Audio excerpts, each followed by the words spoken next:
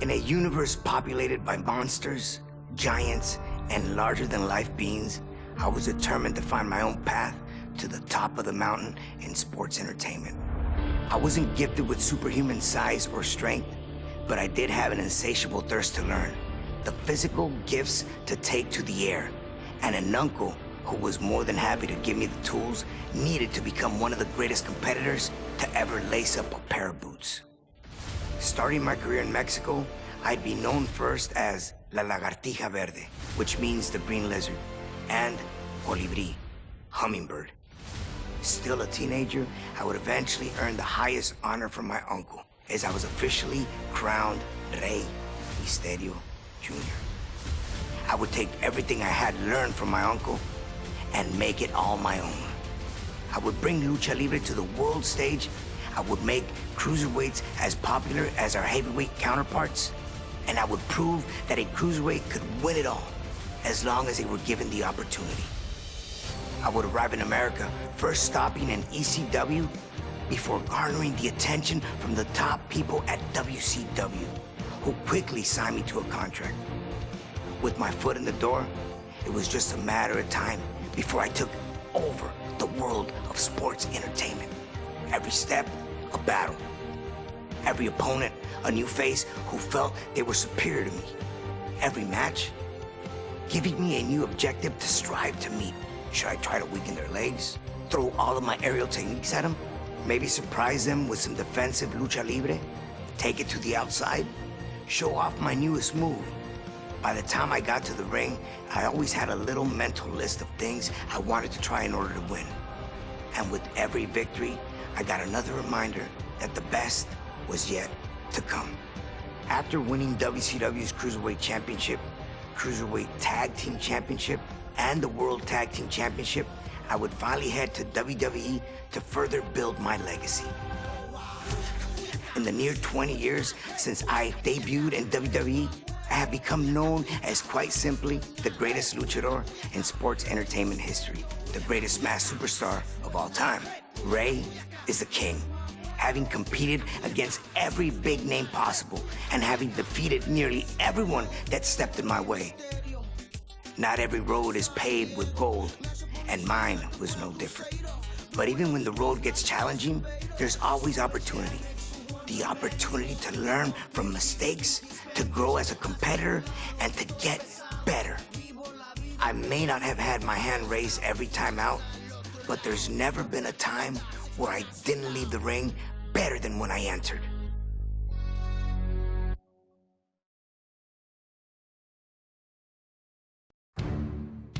The memories behind the infamous match of Halloween Havoc 1997, which I truly believe is a match that put me on the map. I was a big fan of Eddie growing up, so to be able to forward all these years and then eventually share the ring with him was incredible. It was an honor for me to face one of the Guerreros. Overall, that match was highly important for me. The fact that I could become Cruiserweight Champion that night and defend my mask, not have to be unmasked. You know, that was something that was really in the back of my mind. I just didn't want to go through that. They were trying to take off every luchador's mask one by one, and I was on the list. So you could only imagine the stress that had built up. And for us luchadores, it's a very prized possession. You know, this is something that I've carried since 1992. We both know, Eddie and I, what the mask means to us that carry it. So he knew what was at stake. I would never give him the satisfaction of taking my mask. Never.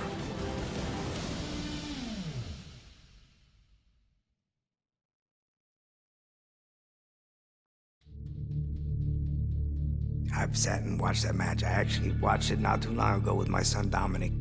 And it's a match that I still learn from. And, you know, it's a match that doesn't get old. I truly believe that if there was no Eddie Guerrero, my career would have gone a different direction. 8 years after our epic Halloween Havoc clash, Eddie and I were on better terms, but still found ourselves unable to resist the friendly competition in WWE.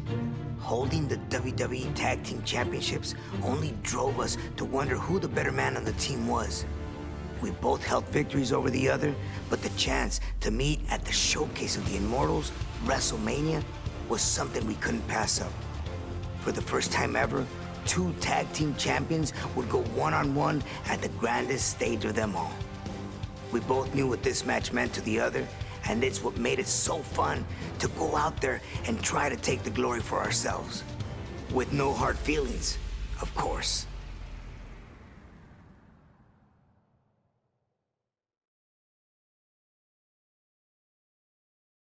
Eddie Guerrero has passed away. Eddie was in the prime of his life, 38 years old, the prime of his career. So tonight, we celebrate the life of Eddie Guerrero. The toughest thing about this day was what we were all living, what we were going through. It was hard for us to accept that Eddie was no longer with us. Everyone was hurting. I asked myself, what would Eddie have done? And Eddie was all about the business. Whatever happened, show must go on. I did expect to wrestle Shawn one day, just not under those terms. One of the greatest legends in WWE history. He has a lot of respect for this business and for the superstars that are up and coming. By Shawn Michaels asking me if I had the energy and the courage to have a match against him that night. He didn't have to choose me, but he did because he knew that Eddie would have loved it. That speaks of the type of human being that he is. Losing Eddie was one of the most painful experiences in both my personal and professional life. The WWE Universe came together to pay tribute to one of the most respected and beloved superstars of all time. This was a difficult night for all of the obvious reasons, but we wanted to put on a show that Eddie would be proud of. I found myself in a rare one-on-one match with another living legend, the Heartbreak Kid, Shawn Michaels. Of course, I wanted to win for myself, for my fans, and for Eddie. And while Shawn was also grieving, I knew that he would still give me everything he had, just as Eddie would have wanted.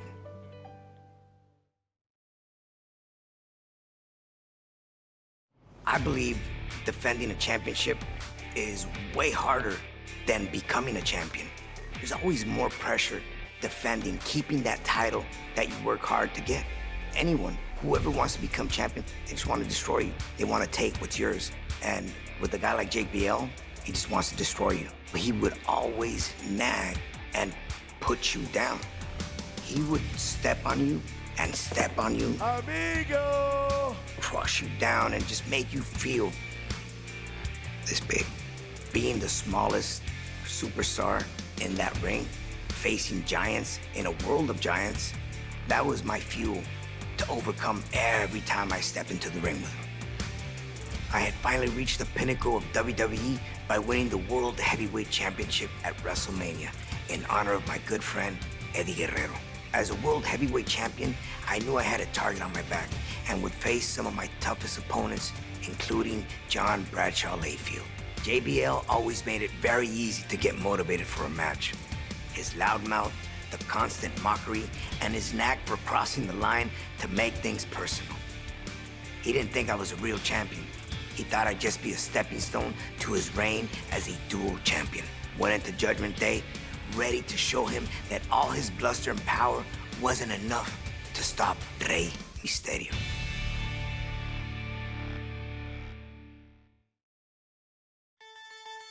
The Big Red Machine, Kane, had his sight set on eliminating me from WWE in 2008. The monstrous 7-foot-tall behemoth took pleasure in mocking my pain and misery. Kane thought he could use his mind games to break me, but I wasn't gonna let that happen. It's tough keeping your head in the game when facing someone so sick and sadistic, but at Cyber Sunday, where the WWE Universe would choose our match stipulation, the fans chose no holds barred. I didn't know what type of strategy I was gonna bring to the table that night. My technique has always been aerial maneuvers. Was I gonna be able to get away with it at a no-holds-barred match? I made a promise to myself that I wasn't going to show fear. How do I take the big man down? Hit him with whatever I got. I was gonna meet him head on, regardless of the match type, and show him that you can't break Rey Mysterio. When I became Intercontinental Champion, I was honored to hold the title with such a vast legacy of greatness. I was excited to face new challengers as the landscape was evolving. A brash newcomer named Dolph Ziggler thought he had me figured out and brushed me to the side. My point of view of Dolph Ziggler coming in, I had the utmost respect for him. He was very exciting to watch. He had a style, but with a new spike to it, a new feel to it. I knew Dolph was hungry coming into this match, and he was one of the up-and-coming superstars. But there's a mistake that he made that you never make in this business.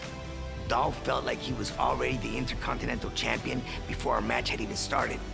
So I made sure to teach him a very valuable lesson at the biggest party of the summer. At SummerSlam, Dolph's arrogance was going to be his downfall if I had my way. That bragging rights for the World Heavyweight title was every man for himself.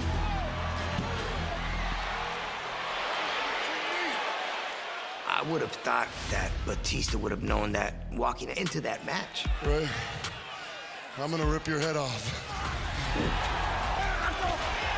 I'm no stranger to betrayal. Throughout my career, I had people that I thought were friends end up turning their backs on me. But this one, for some reason, it hit a very soft spot. I couldn't make sense of what had gone down. You're supposed to be my friend!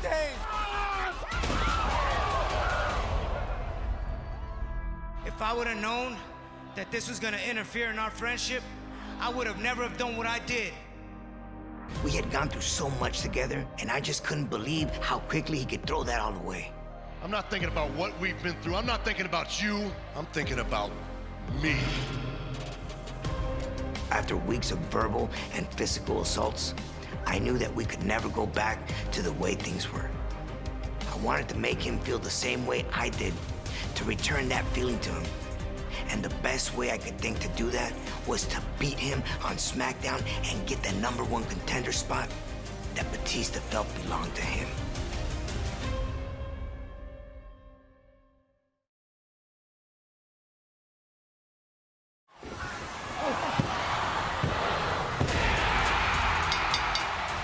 After dealing with Batista, I felt like I was at the top of my career. I was a #1 contender.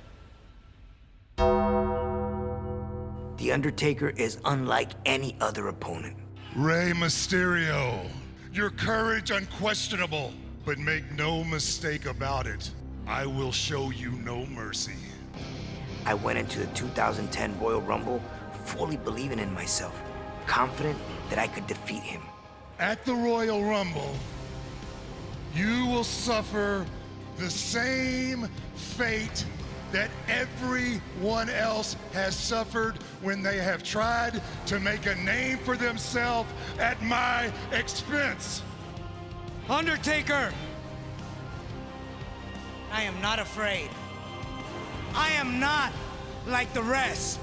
I knew I had the speed advantage, and that if I could maybe take out a leg or catch him with something unexpected, I had a chance. It's not just the size of the dog in the fight, but the size of the fight in the dog, right? Well, this dog had just found himself in the yard of the top dog, the Phenom. It would take everything I had to avoid ending the night resting in peace.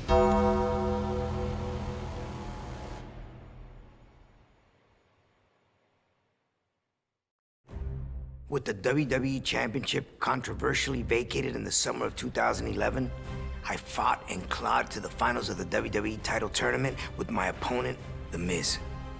Had to face 3 different opponents to get to the top of the tournament. Dolph Ziggler, R-Truth, and then The Miz. I hate The Miz inside that ring, 'cause he's very dangerous. He'll do anything to win. Maybe we weren't in the middle of a huge personal rivalry, but there was no chance I was going to let The Miz stand in my way of finally winning the WWE Championship. With an opponent as tricky as he is, I had to be ready for anything. Every time you face him, you just don't know what he's gonna come up with to try to steal one from you. which can make the whole pace of the match feel fast and chaotic. But I thrive in that environment, and that night, I was going to use every bit of my experience to get that victory.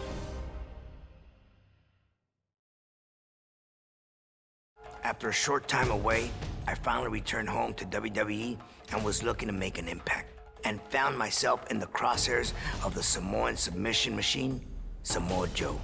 I believe Samoa Joe is very dangerous in many qualities in this game. He's strong, he's fast, his submissions are incredible. I felt all of those three and more every time I faced him. Each time we met, it felt like he found a new body part to target. Aside from being ruthless, Samoa Joe is one of the most intelligent competitors you will ever see inside of a ring. Samoa Joe is relentless, and I'm man enough to admit that he got the best of me at WrestleMania. If you thought what I did to you at WrestleMania was bad, all right, tonight will make that pale in comparison. I wasn't gonna let him derail my WWE return so soon. With the chance to battle him again on Raw, I knew that if I could dig deep and avoid his devastating blows, I had a chance, which, against Joe, is all you can really ask for.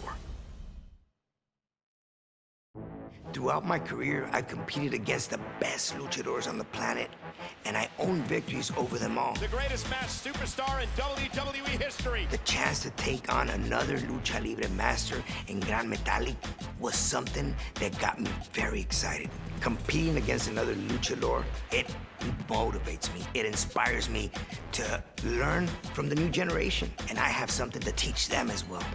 This guy right here, Gran Metalik, at one time was watching me on TV and said, I want to do that. And look at him now, one of the best. He's the king of the ropes. Metalik loves to fly. It's a different style of high flying. It's a different control.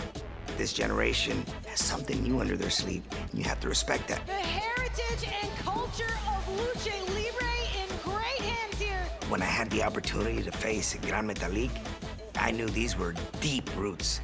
We were going back to where I began. I was so excited to give the WWE Universe a taste of true Lucha Libre, and knew this was a dream match that they couldn't afford to miss.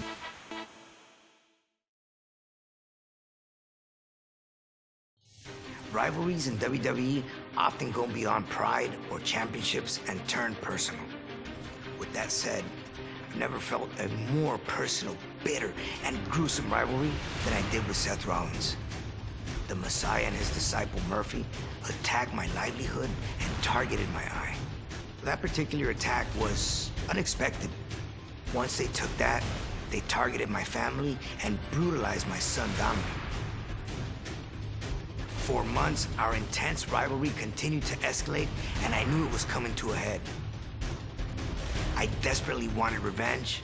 At Payback, we were going to show Seth and Murphy that they picked on the wrong family to mess with, and we were going to return all the pain they'd put on us.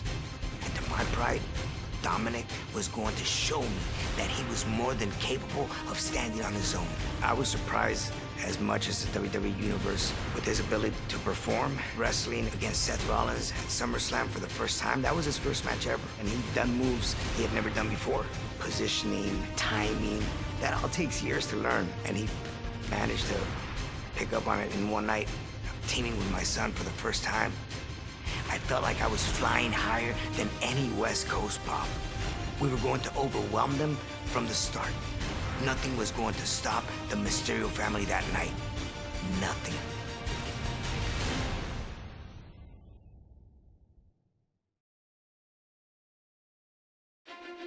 When I first started in this game, there were a lot of doubts about what I'd be able to accomplish.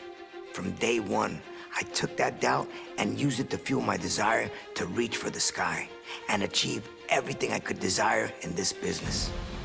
Whether that meant taking to the air against fellow luchadors and high flyers, or trying to outmaneuver the greatest mat technicians, or simply trying to avoid the biggest finishers from the biggest monsters. I was always ready to prove that I had the ability to not just be good, to not only become a champion, but to go down in history as one of the greatest superstars of all time. I've traveled the world in search of the highest competition, and while things didn't always go my way, I've made sure to try and turn every negative into a positive. When you have the entire world thinking you're in over your head, sometimes the best feeling in the world is reminding them that you're exactly where you're supposed to be.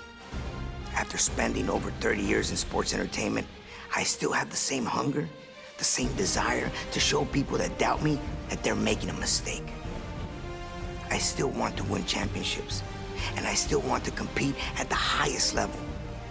I just have the added benefit of getting to watch my son now walk the roads that I traveled years before. He'll face those same doubts, and hopefully I've given him the tools to overcome and prove people wrong. As for me, the greatest mask of all time, well, let's just say that this old filthy animal still has plenty of tricks left up his sleeve, plenty of 619s left to dial up, and plenty of lessons to teach the WWE superstars. I'm fortunate enough to say that I'm so proud of what I've done in the ring, proud of who I've competed against, proud of who I've defeated, and proud of the records I've set. The love of the fans, the friendships I've made everywhere I've been, and the security sports entertainment has given my family, I couldn't have asked for anything more. It's no mystery that the love of the fans is what makes me truly feel like a king.